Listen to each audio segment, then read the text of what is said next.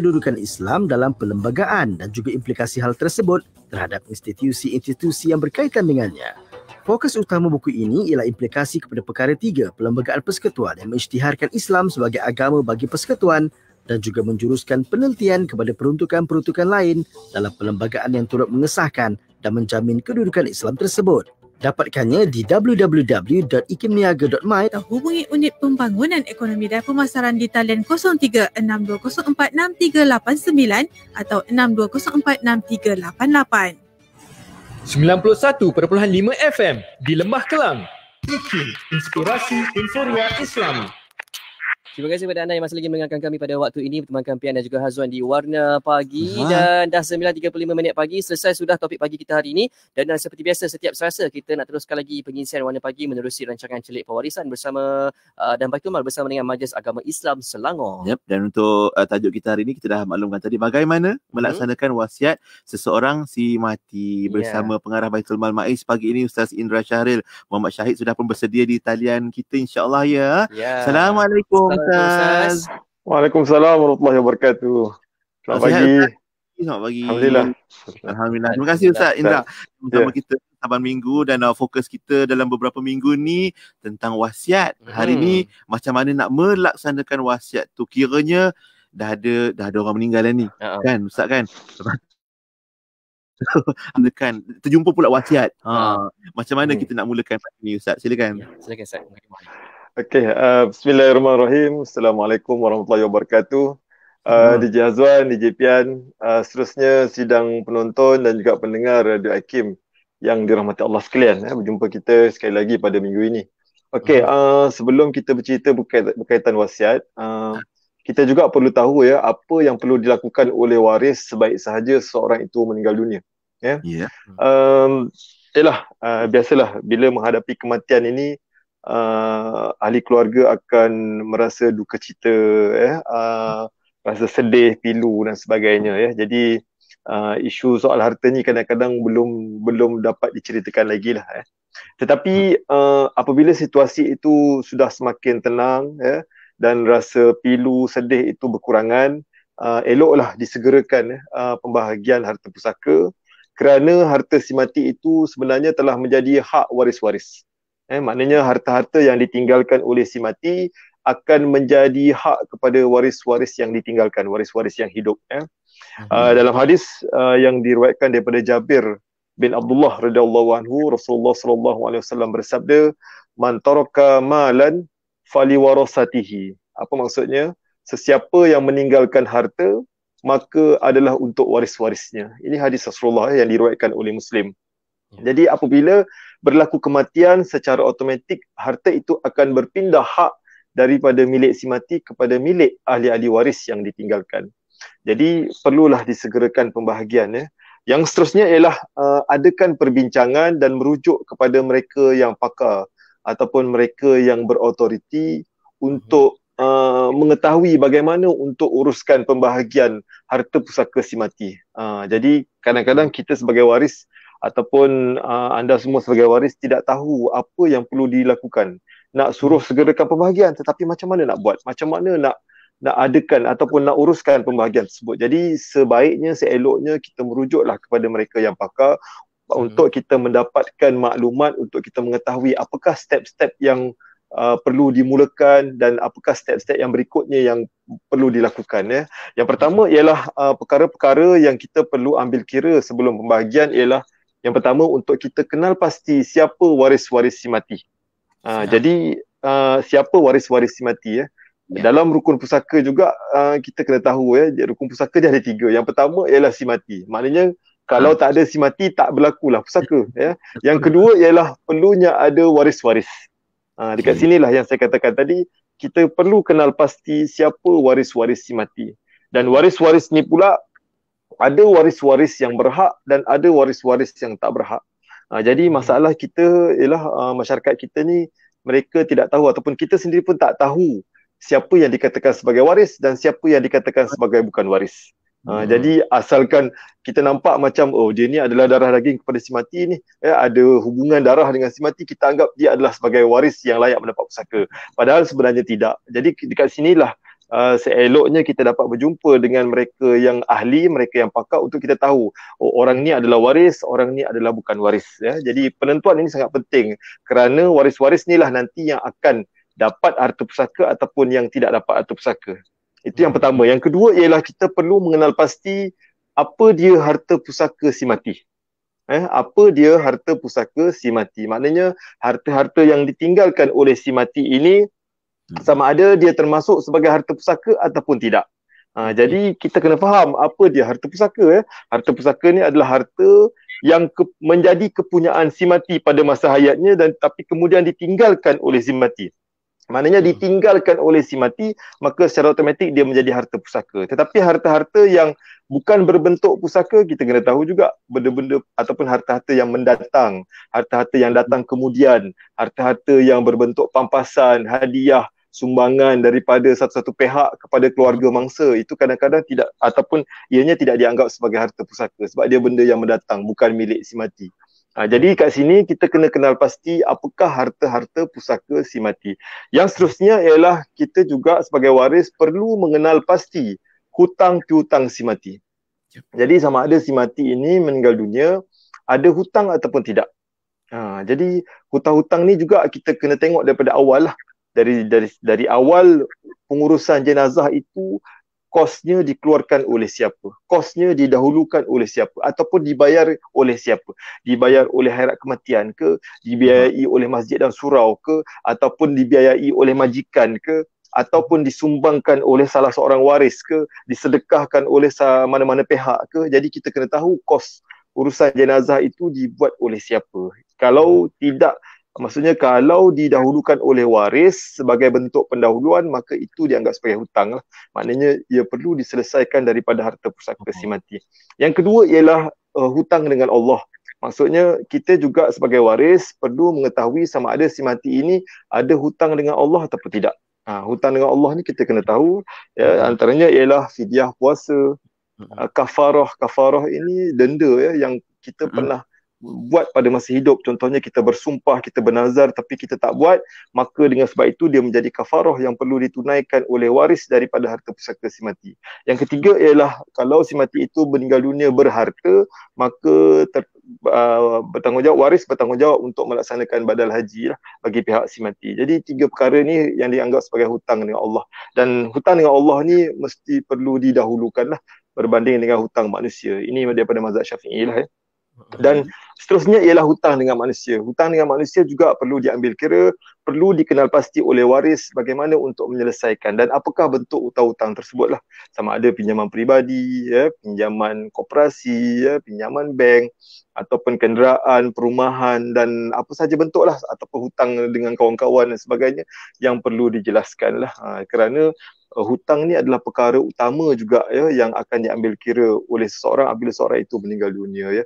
Nafsul mu'min mu'allaqatun bidaini hatta yuqda anhu kan. Rasulullah SAW bersabda, jiwa seorang mukmin itu akan tergantung di akhirat kelak sehingga dilunaskan hutangnya. Jadi kenal pasti hutang si mati. Yang seterusnya yang keempat ialah kenal pasti wasiat si mati. Yang ini perkara yang penting lah. Sama ada si mati ini pada masa hayatnya ada membuat wasiat ataupun tidak. Dan bagaimana wasiatnya. Jadi sebagai waris ya yang bertanggungjawab kita kena tahu dulu arwah ayah ada pesan tak dia nak wasiatkan sesuatu hartanya, dia nak bagi satu hartanya selepas meninggal. Arwah mak ada pesan tak dia nak sedekahkan hartanya selepas dia meninggal nanti. Jadi perlu ingat balik kalaulah ianya dalam berbentuk lisan dan sebagainya, ataupun kalau berbentuk tulisan bagaimana pula caranya. Jadi sebagai waris perlu kenal pasti sama ada si mati ada membuat wasiat ataupun tidak. Seterusnya ialah lantikan pentadbir. Maksudnya di sini sebelum pembahagian dibuat, waris-waris boleh bersepakat untuk memilih pentadbir yang sesuai, pentadbir yang dipercayai ataupun pentadbir yang boleh dipertanggungjawabkan, boleh orang kata diharap untuk melaksanakan amanah si mati, untuk memulakan kes, untuk memohon, membuat permohonan dan sebagainya. Jadi ada seorang yang kita amanahkan untuk menguruskan, sama ada dalam kalangan waris, anak sulung ataupun anak yang ada pendidikan, pengetahuan dan sebagainya, ataupun anak yang memang dia pandai, dia ada inisiatif dan sebagainya. Jadi dipersetujui juga oleh waris-waris yang lain boleh melaksanakan tanggungjawab sebagai pentadbir, ataupun waris-waris boleh bersepakat melantik satu pihak lain sebagai pentadbir lah ya.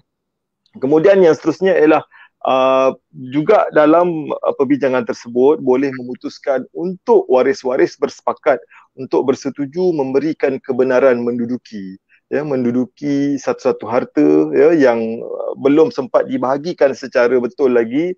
Jadi dan ini juga kadang-kadang mengambil tempoh yang agak lama, setahun, 6 bulan dan sebagainya. Jadi dalam tempoh tersebut ada waris-waris yang menduduki harta-harta si mati, jadi ataupun yang mengambil hasil daripada harta pusaka si mati, kebun dan sebagainya. Jadi dah memang masa hayatnya sama-sama bercocok tanam dengan si mati, kemudian selepas si mati meninggal pun masih lagi kita boleh beri kebenaran untuk mereka menikmati manfaat atas harta yang sementara tersebut sebelum dibahagikan secara betul, kaedah yang betul mengikut hukum faraid. Jadi inilah sebenarnya yang perlu dilakukan oleh waris sebaik sahaja seseorang itu meninggal dunia lah. Oh, banyak langkah tu. Yang penting kena tenang lah kan. Sebab ya bila dah bersedih-sedih sangat ni, kalau kita beremosi takut terlepas pandang perkara penting dalam menguruskan harta pusaka, termasuk bila melibatkan wasiat. Yang buat wasiat ni macam mana kita nak laksanakan? Boleh tak kalau kita buat round kedua Ustaz kejap lagi? Boleh Ustaz? InsyaAllah boleh. Ustaz, sebab tadi kita pernah ceritakan apa yang kita nak buat bila seseorang tu meninggal dunia. Nanti kita sambung. Kalau ada wasiat, macam mana nak laksanakan wasiatnya untuk Celik Pewarisan dan juga Baitul Mal Majlis Agama Islam Selangor. Ya, kita berehat dulu. Kita kembali selepas ini. Untuk anda semua, jangan ke mana-mana. Terus dengarkan kami di Warna Pagi, Inspirasi Islami. Lama sudah aku bekerja mengumpul harta. Tapi jika aku ditimpa bencana nanti, takkan harta terkumpul ni terbiar begitu saja. Rancang urusan harta anda di Majlis Agama Islam Selangor, MAIS, untuk ketenangan di hari kemudian. Layari laman web MAIS di www.mais.gov.my atau follow Facebook page dan Instagram rasmi MAIS. Hubungi 03-5514-3773 atau 3772 untuk keterangan lanjut. MAIS, pilihan terbaik untuk urus harta anda. Ini Pak Ya, pekebun kecil sawit. Pak Ya ada sijil MSBO yang ditanggung sepenuhnya oleh kerajaan melalui MPOB. Dengan melaksanakan MSBO, persekitaran kerja selamat, hasil tinggi dan berkualiti. Daftar segera sebelum 31 Disember 2020 atau anda berdepan tindakan undang-undang. Hubungi hotline 03 8911 0192 atau nombor yang tertera. Juga boleh kunjungi pejabat MPOB berdekatan. Terbitan Buku IKIM 2018 Islam dalam Perlembagaan Persekutuan yang menjelaskan kedudukan Islam dalam perlembagaan dan juga implikasi hal tersebut terhadap institusi-institusi yang berkaitan dengannya. Fokus utama buku ini ialah implikasi kepada perkara 3 Perlembagaan Persekutuan yang mengisytiharkan Islam sebagai agama bagi persekutuan dan juga menjuruskan penelitian kepada peruntukan-peruntukan lain dalam perlembagaan yang turut mengesahkan dan menjamin kedudukan Islam tersebut. Dapatkannya di www.ikimniaga.my atau hubungi Unit Pembangunan Ekonomi dan Pemasaran di talian 03-6204-6389 atau 6204-6388. Setiap anak yatim berhak untuk dilindungi dan mendapatkan keperluan dan kasih sayang yang sempurna. Islamic Relief Malaysia ingin mengajak anda semua untuk memberikan sinar kepada mereka dengan menghulurkan sumbangan melalui kempen My Yatim #CareForOrphan. Hubungi 03-8926-3434. Fikir kemanusiaan, fikir Islamic Relief. Anda masih lagi mendengarkan Warna Pagi IKIM bersama Kampian dan juga Hazwan di Warna Pagi. Dan kita masih lagi bersama menerusi rancangan Celik Pewarisan dan Baitul Mal bersama Majlis Agama Islam Selangor yang turut kami membawakan secara live di Facebook IKIM FM. Dan topik kita pagi ini tentunya tentang bagaimana melaksanakan wasiat seseorang si mati. Kita bersama dengan Fadil Ustaz Indra Syahri Muhammad Syahid pagi ini ya. Jom Ustaz, tadi kita individu tu dah meninggal dunia. Lepas tu kita tahu ada wasiat. Dan waris yang dah tahu ada wasiat ni macam mana nak laksanakan? Ya, silakan Ustaz. Okey, terima kasih. Okey. Sebenarnya untuk membuat wasiat ni memanglah mudah. Orang kata mudah sangatlah. Kalau nak buat wasiat ni mudah. Sama ada melalui MAIS sendiri ataupun melalui syarikat amanah ataupun melalui peguam-peguam. Jadi memang sangat mudahlah untuk kita membuat wasiat sebenarnya. Tetapi nak melaksanakan wasiat tersebut tak ramai yang tahu. Kan? Nak buat wasiat senang, tapi nak laksana wasiat macam mana nak kuat kuasakan wasiat tersebut, yang ni ramai masyarakat kita yang tak tahu. Jadi sebab biasanya lah, sebab orang tu dah meninggal, jadi kadang-kadang kita pun tak ambil tahu sebagai pewasiat. Contohnya kita tak perlu tahu pun sejauh mana pelaksanaan wasiat kita, tetapi ada dalam kalangan masyarakat kita yang memang nak tahu lepas meninggal bagaimana seseorang wasi itu melaksanakan wasiat tersebut, ataupun bagaimana wasiatnya dapat dijana ataupun dijalankan. Okey. Jika didapati si mati membuat wasiat secara lisan ataupun secara bertulis atas kertas biasa, maka waris hendaklah memfailkan permohonan pengesahan wasiat di Mahkamah Syariah, dan bidang kuasa ini terletak di bawah Mahkamah Tinggi Syariah lah. Kalau di negeri Selangor, di bawah subsection 61/3 Enakmen Pentadbiran Agama Islam Negeri Selangor 2003 untuk pengesahan sesuatu wasiat. Kerana apa saya tekankan perkara ini? Kerana banyak didapati di luar sana kes-kes ialah apabila orang itu meninggalkan wasiat, kadang-kadang lafaz wasiatnya itu pula seolah-olah macam hibah. Itu yang pertama. Yang kedua ialah kalau dia meninggalkan hibah pula, lafaz hibahnya seperti wasiat. Jadi kadang-kadang masyarakat kita ni confuse.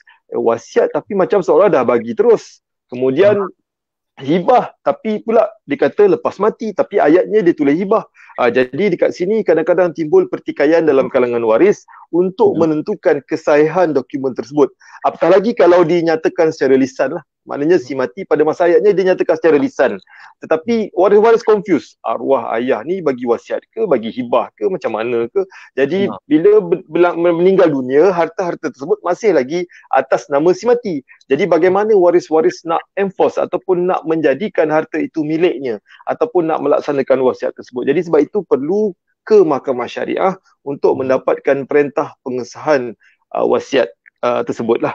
Dan dalam enakmen wasiat orang Islam umpamanya Negeri Selangor 1999, memang wasiat itu dibenarkan untuk kita buat secara lisan ataupun secara tulisan, dan kalau pun tak boleh secara lisan atau tulisan, dengan isyarat pun juga boleh diterima asalkan isyarat itu boleh difahami. Ini memang diperuntukkan dalam undang-undang.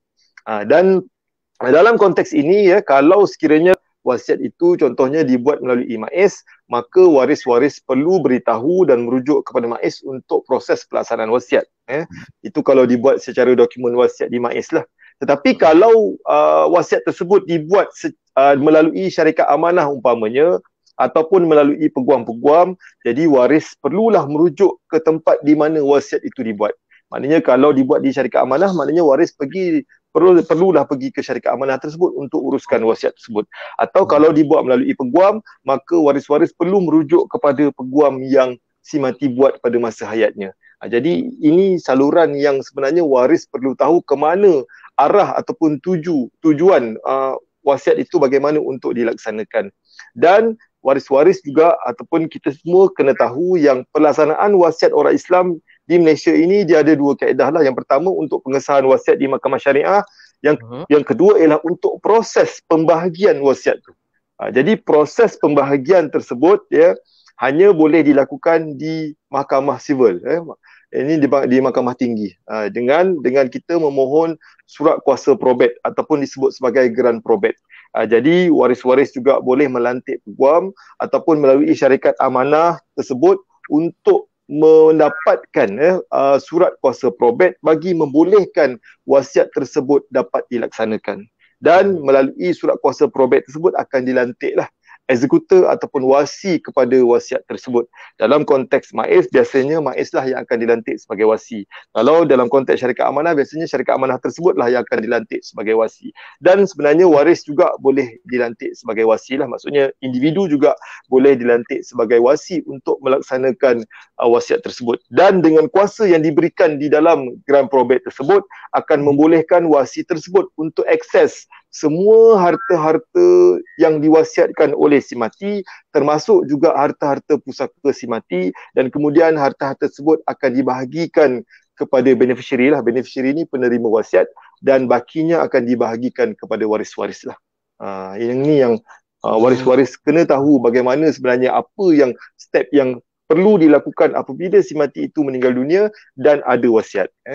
Kalau nampak macam banyak juga proses tu, tapi kalau kita tahu caranya, salurannya yang betul, insya-Allah semua tu boleh dibahagikan sebaik mungkin. Dan sahabat-sahabat juga boleh rujuk melalui Facebook Wasiat Hibah Pusaka Faraid MAIS. Kalau ada sebarang persoalan yang mungkin di luar daripada topik kita ni, boleh tanyakan juga di ruangan ataupun private atau PM atau DM lah kan. Sebab sahabat kita Wasiat Hibah Pusaka Faraid MAIS pun rajin juga jawab komen-komen sahabat kita di Facebook sekarang ni. Okey Ustaz, ada satu kisah pula. Ada wasiat. Lepas tu mungkinlah daripada wasiat tersebut ada waris yang baca, dia kata macam tak adil lah wasiat ni, dan dia sembunyikan wasiat tu. Dia tak baca wasiat tu untuk waris-waris yang lain. Macam mana keadaan wasiat tersebut, Ustaz?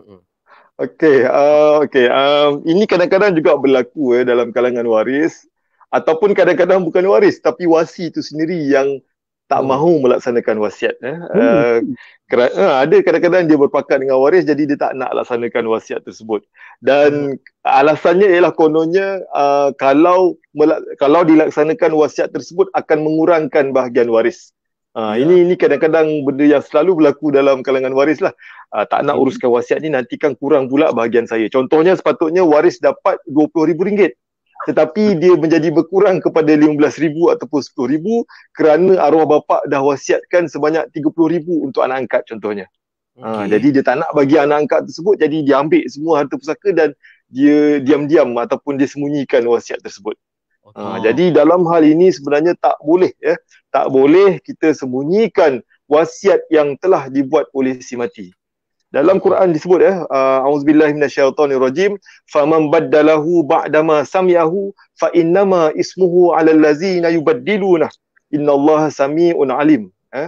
Maksudnya apa? Kemudian sesiapa yang mengubah mana-mana wasiat telah dibuat oleh si mati, tetapi diubah sesudah ia mendengarnya, maka sesungguhnya dosa hanya ditanggung oleh orang-orang yang mengubahnya. Maknanya orang yang mengubah tersebut akan mendapat dosa lah. Dan Allah Maha Pendengar lagi Maha Mengetahui. Ini dalam surah Al-Baqarah ayat 181. Dan Dr. Wabah Zuhaili menyatakan dalam kitabnya Tafsir Al-Wajiz, menyatakan sesiapa yang mengubah wasiat atau menyembunyikan wasiat itu, maka sesungguhnya baginya adalah dosa. Maknanya memang tak boleh. Hukumnya haram lah. Maknanya tak boleh langsung kita ubah wasiat yang telah dibuat oleh si mati. Tapi jika wasiat tersebut adalah wasiat yang menyalahi hukum syarak ataupun menyalahi ahli waris, contohnya kalau menyalahi hukum syarak, contohnya dia memaksa melakukan perkara yang haram, yang tu tak perlulah dilaksanakan. Ataupun wasiat tersebut wasiat yang dibuat kepada waris, maka waris diberi pilihan untuk tidak melaksanakan wasiat tersebut ataupun untuk melaksanakan wasiat tersebut. Ini dalam Quran juga disebut dalam surah Al-Baqarah ayat yang selanjutnya, iaitu ayat 182, faman khafa min musin janafan au isman fa aslaha bainahum fala isma alaih innallaha ghafurur rahim. Apa maksudnya? Tetapi sesiapa yang mengetahui bahawa orang yang berwasiat itu tidak adil, maksudnya orang yang buat wasiat itu berlaku tidak adil atau melakukan dosa dalam wasiatnya, maksudnya dia menyuruh melakukan perkara yang tak sepatutnya, yang bertentangan dengan hukum syarak, lalu ia menamaikan antara mereka. Maksudnya orang yang melaksanakan wasiat itu dia menamaikan dengan waris-waris dengan memperbetulkan wasiat yang dibuat menurut peraturan agama, maka tidaklah ia berdosa. Sesungguhnya Allah Maha Pengampun lagi Maha Mengasihi. Ini dalam surah Al-Baqarah ayat 182. Cantiknya Allah telah tunjukkan kepada kita dalam surah Al-Baqarah 181, 182, maknanya kalau ada wasiat dan wasiat itu memang wasiat yang disyariatkan dan diterima dari sudut syarak, itu memang wajib dilaksanakan. Tetapi kalau wasiat itu wasiat yang bertentangan dan menyuruh melakukan perkara yang haram, maka itu tidaklah menjadi wajib, maksudnya tak perlulah dilaksanakan. Dah jelas oleh Allah SWT kepada kita. Dan waris-waris juga dia ada bahagian masing-masing yang telah pun ditentukan oleh hukum faraid. Ini macam mana pun kita kena tahulah, dalam wasiat yang dibuat oleh si mati, waris-waris juga sebenarnya ada bahagian daripada harta pusaka si mati. Apa yang dikatakan oleh Allah, lirijali nasibum mimma tarakal walidani wal aqrabuna walinisa'i nasibum mimma tarakal walidani wal aqrabuna mimma qalla aw kasur. Nasiban mafruḍah. Apa yang Allah kata, orang-orang lelaki ada bahagian pusaka dari peninggalan ibu bapa dan kerabat, dan orang-orang perempuan pula ada bahagian pusaka dari peninggalan ibu bapa dan kerabat. sama ada sedikit atau banyak dari harta yang ditinggalkan, iaitu bahagian yang memang telah pun diwajibkan ataupun yang telah ditentukan oleh Allah. Ini daripada surah An-Nisa ayat 70. Jadi kita kena fahamlah ya, kalau kita ni sebagai waris ataupun kita sebagai wasi yang dipertanggungjawabkan untuk laksanakan wasiat tersebut, perlu tahu perkara-perkara ini ya. Okey, insya-Allah jelas ya kat situ jawapan persoalan-persoalan kita berkaitan dengan wasiat. Dan mungkin sebagai penutup juga Ustaz, kenapa pesanan Ustaz apa, kenapa kita yang hidup ni digalakkan membuat wasiat, Ustaz? Okey, sebenarnya galakan kepada kita untuk berwasiat ini bukan saja telah pun dinyatakan oleh Allah SWT dalam surah Al-Baqarah 180, tapi juga oleh Rasulullah SAW kepada kita lah untuk kita melakukan wasiat. Memang satu galakan dan hukumnya adalah sunat. Sebab itu Rasulullah kata al-mahruma man khurima wasiyatahu. Orang yang malang ialah orang yang tak sempat membuat wasiat. Dia ada satu benda yang nak diwasiatkan tapi tak sempat. Jadi sebab itu kita sangatlah menggalakkan orang yang hidup ini untuk membuat wasiat. Yang pertama ialah untuk kita melakukan amal jariah. Tak sempat nak buat pada masa hidup, kita boleh membuat amal jariah selepas mati. Yang pertama. Yang kedua ialah kita juga boleh melantik wasi untuk menguruskan harta pusaka kita.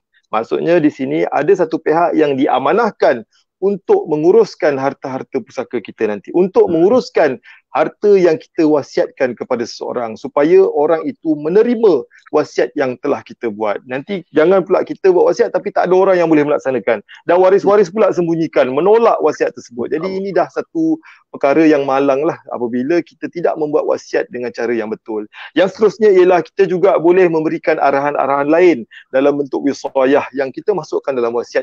Ini yang kita boleh, contohnya kita boleh amanahkan kepada wasi untuk melunaskan hutang piutang kita. Ini boleh dimasukkan dalam wasiat. Dan pesanan-pesanan lain berkaitan dengan hak jagaan anak buah umum umpamanya juga boleh dimasukkan dalam wasiat, yang disebut juga sebagai wisayah, yang memang kita boleh masukkan dalam wasiat. Jadi memanglah kalau kita ini seorang pemilik harta yang mempunyai waris-waris atau mempunyai keadaan-keadaan begini, maka memang menjadi perkara yang sangat digalakkan untuk kita membuat wasiat. Itulah perkara yang saya banyak kali ulang sebelum-sebelum ni untuk kita sama-sama ya membuat wasiat supaya amalan ini subur dan kita juga mendapat pahala daripada Allah SWT lah. InsyaAllah. Baik, alhamdulillah jelas perkongsian kita hari ini, dan nantikan pula minggu depan kita ada tajuk bertanggungjawab pentadbir harta pusaka, Ustaz. Okay, ya, insyaAllah. Ilmu yang bakal kita bawakan menerusi Celik Pewarisan dan Baitul Mal Majlis Agama Islam Selangor. Untuk hari ini terima kasih Ustaz Indra Syahril untuk perkongsian kita jumpa minggu depan insyaAllah. InsyaAllah. Terima kasih. Ya, baik. Assalamualaikum. Assalamualaikum. Alhamdulillah, itu dia perkongsian kita segmen hari ini menutup tirai Warna Pagi, dan terima kasih sahabat-sahabat yang mendengar dan menonton Warna Pagi hari ini. Ya, dan selepas ini kita akan bersama dengan Yati untuk Aspirasi 10.1 bermula dengan rancangan syariah dan perundangan. InsyaAllah akan bersama dengan fellow Pusat Syarat IKIM iaitu Cik Wan Roslilia Abdul Majid untuk bulan Disember ini. Okey. Okey. Untuk Warna Pagi jumpa besok insyaAllah. Sehingga itu.